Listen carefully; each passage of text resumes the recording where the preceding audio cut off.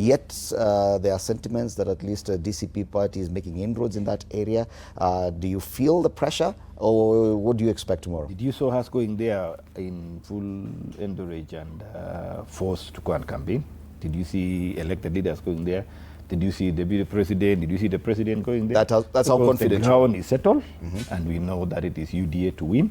What was happening is that DCP are trying to bring up, to position themselves.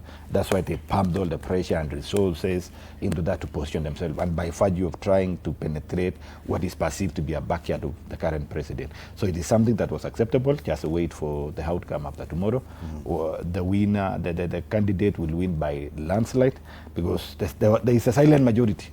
Of course, what came out on all of us to learn about Dikirr is the aspect of women in campaigning. That's the only thing that we want to pick from it, and it's so positive. We saw women were coming in to push in, especially at night after they cook for their children, and they come in to say, we want to participate on our issues, this is our issue, this and this, and this to be called. And I also believe a very sound government is able to pick on those issues in their progress. Do you think the kind of influence that DCP claims it has in Narok, which is neighboring places like Emurua Dikirr, could be a threat in it? Of course, with democracy, I would still give them accolade. They should not also remain in Narok. They should come to Bomet, come to Wasingishu, come to everywhere, go to Western.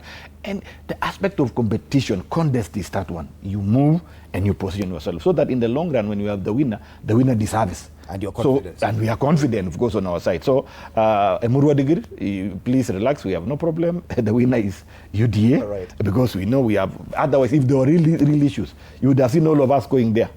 Yes, including the president.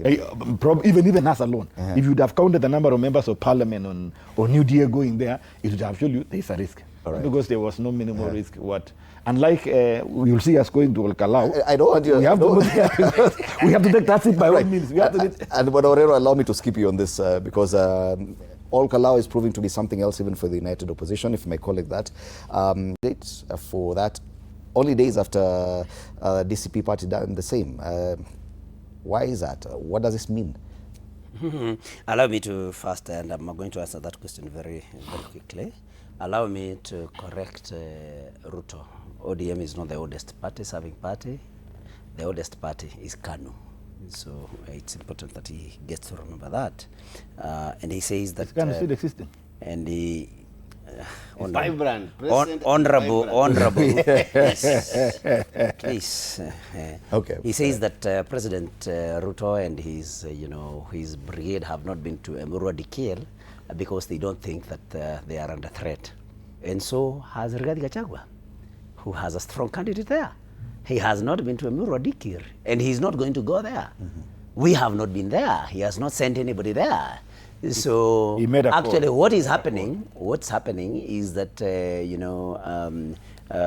Kenya Kwanza is really trying to learn good manners because it has no good manners. It's really trying to learn politics from Rigathi Gachagua. That's why when we don't go, they also don't go. I mean, because, for example, if you look at Ol Kalou, which I'm coming to, the nominations that we carried out were foolproof. And the Kenya Kwanza, led by William Ruto, can only wish that they can be able to do that, but they cannot because they are not democratic.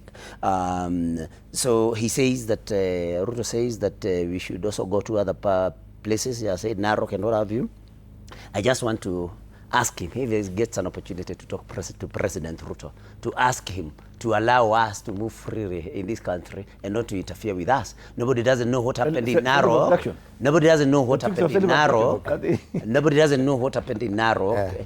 Next time I come here with Ruto and he keeps interrupting me, I'm going to leave him here to do the debate alone. I'm waiting to when we went to Narok, when there was a by-election, a ward by-election, the violence that was visited on Rigathi Gachagua and his co-principals. So we ask that President Ruto, and if this Ruto here can reach him, tell him to allow us to not to use the police to tear gas and shoot at us, and we will move. We have never interfered with these meetings in our place. People don't like him there, but we tell them, just go listen, take the money that he has brought, but please don't sell your souls. So I wish they could allow us to do the same. Now, coming to Ol Kalou, you say that Jubilee has introduced a candidate.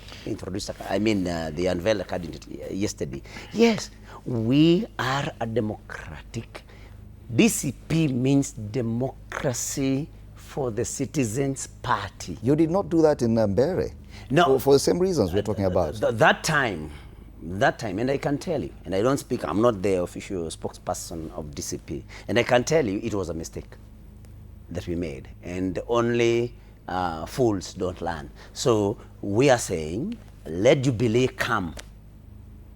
And I mean, let the candidate of Jubilee come and try to convince the people in Nyandarua. And Jubilee has a right, because you know the Honorable Kiaraho, the late Honorable Kiaraho, was a Jubilee member. So we couldn't, of course, now tell them not to field a candidate. So let them field a candidate, because we know that Fred, and I'm speaking to you, you know, on a public platform, on a live TV, the DCP is going to sweep Ol Kalou, even if you don't even go there for campaigns.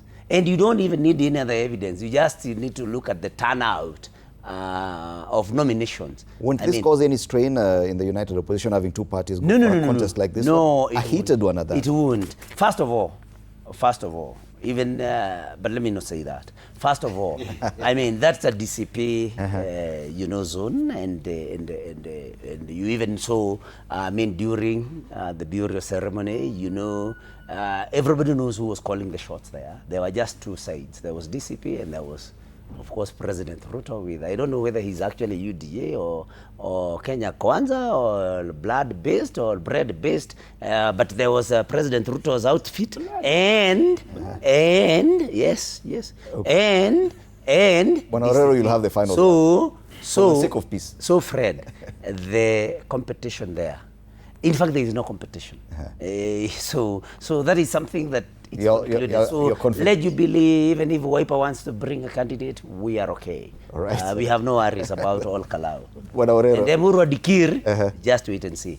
That one is coming tomorrow. We'll be here to see. Bonorero, final word on this. On the elections,